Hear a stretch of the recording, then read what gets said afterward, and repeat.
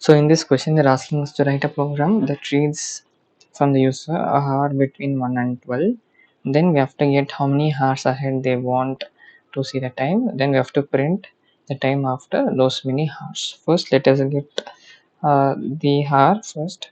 Hour between 1 to 12. So hour equal to input enter hour between 1 to 12. Then we have to get the number of hours ahead, which is num equal to int input number of hours ahead, number of hours. And then we're going to say sum equal to hour plus num.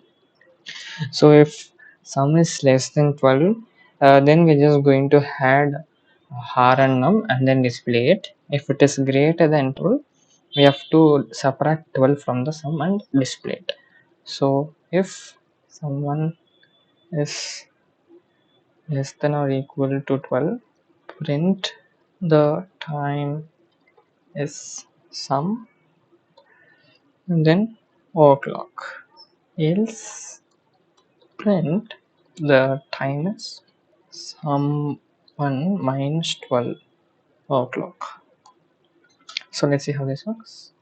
So let me say it is 8 o'clock and I want 5 hours ahead.